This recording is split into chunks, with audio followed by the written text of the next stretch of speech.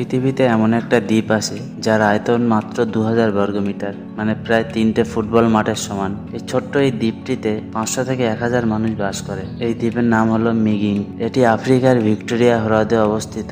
এটি তার শুধু ক্ষুদ্র আকারের জন্য নয়, বরং এর আশ্চর্য ইতিহাস, রাজনৈতিক দ্বন্দ্ব এবং অর্থনৈতিক গুরুত্বের জন্য এই দ্বীপটি বিখ্যাত। এই ভিডিওতে আমরা জানবো এই মিগিং দ্বীপের অবিশ্বাস্য কিছু তথ্য যা হয়তো আপনি আগে কখনো শোনেননি। কিভাবে এই দ্বীপটি সৃষ্টি হয়েছিল, এই দ্বীপের জনসংখ্যা কত, আয়তন কত, আর এই দ্বীপটি কিভাবে জনবসতিতে পরিণত হলো, আর এই দ্বীপের জীবনযাত্রা কেমন, সবকিছু নিয়ে আজকে আলোচনা করব। ভিডিওটি মিস করবেন না।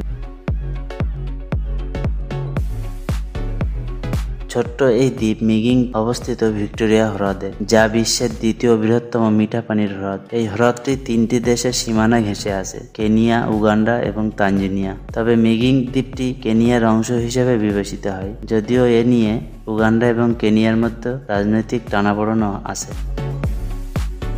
এই দ্বীপটি 2000 বর্গমিটারের, আর এই দ্বীপে 500 থেকে 1000 মানুষ বাস করে। আর এই মানুষগুলোর বেশিরভাগ সব জেলে, যারা নাইল পার্স নামক একটা মাছ ধরতে আসে। এই মাছটি এখানে একটা বড় ব্যবসায়িক সম্পদ। আপনি কি জানেন এই দ্বীপটি কিভাবে জনবসতিতে পরিণত হলো? এই দ্বীপটি প্রথমে ছিল সম্পূর্ণ জনমানব শূন্য, একটা পাথরের ঢিলা যার উপরে কিছু জন্মাতই না। 1991 সালে 2জন কেনিয়ান জেলে, দালাস ও কিয়োকো, এখানে আশ্রয় নিয়েছিলেন। ধীরে ধীরে আরো জেলে এখানে আসতে শুরু করে, কারণ আশেপাশের পানিতে প্রচুর নাইল পার্স মাছ পাওয়া যায়। এভাবেই কয়েক বছরের মধ্যে এই ছোট্ট দ্বীপটি একটি জেলে গ্রামে পরিণত হয়।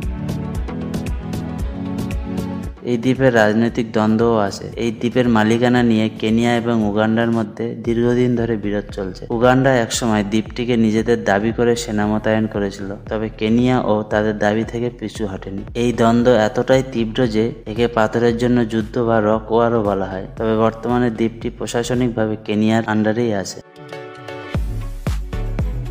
এই ছোট্ট দ্বীপটির আশেপাশের পানি মাছ ধরার জন্য বিখ্যাত, বিশেষত নাইল পার্স মাছ, যা বিশ্বের বিভিন্ন দেশে রপ্তানি করা হয়। এই মাছের ব্যবসা থেকে প্রতি বছর লক্ষ লক্ষ ডলার আয় হয়। এই অর্থনৈতিক সম্ভাবনায় মিগিংকে এক গুরুত্বপূর্ণ করে তুলেছে। এই দ্বীপের জীবনযাত্রা সত্যিই কঠিন। এই ছোট্ট জায়গায় মানুষ বসবাস করে, বসবাসের জায়গার অভাব দেখা যায়। তাছাড়া কোনো স্যানিটেশনের সুবিধা নেই, আর নিরাপত্তা তো নেই বললেই চলে। তবে এখানকার মানুষ তাদের জীবিকার জন্য এই কঠিন পরিস্থিতিও মেনে নিয়েছে। এই দ্বীপে স্বাস্থ্যসেবা একদম নেই বললেই চলে, ফলে ম্যালেরিয়া, পানিবাহিত রোগ, HIV, এইডস এর মতো রোগের প্রভাব বেশি দেখা যায়। ছোট্ট এই দ্বীপটি আমাদের দেখায় কিভাবে ক্ষুদ্র একটি স্থানও বিশাল প্রভাব ফেলতে পারে অর্থনীতি এবং আন্তর্জাতিক সম্পর্কের উপর। ভিডিওটি ভালো লাগলে অবশ্যই লাইক করবেন।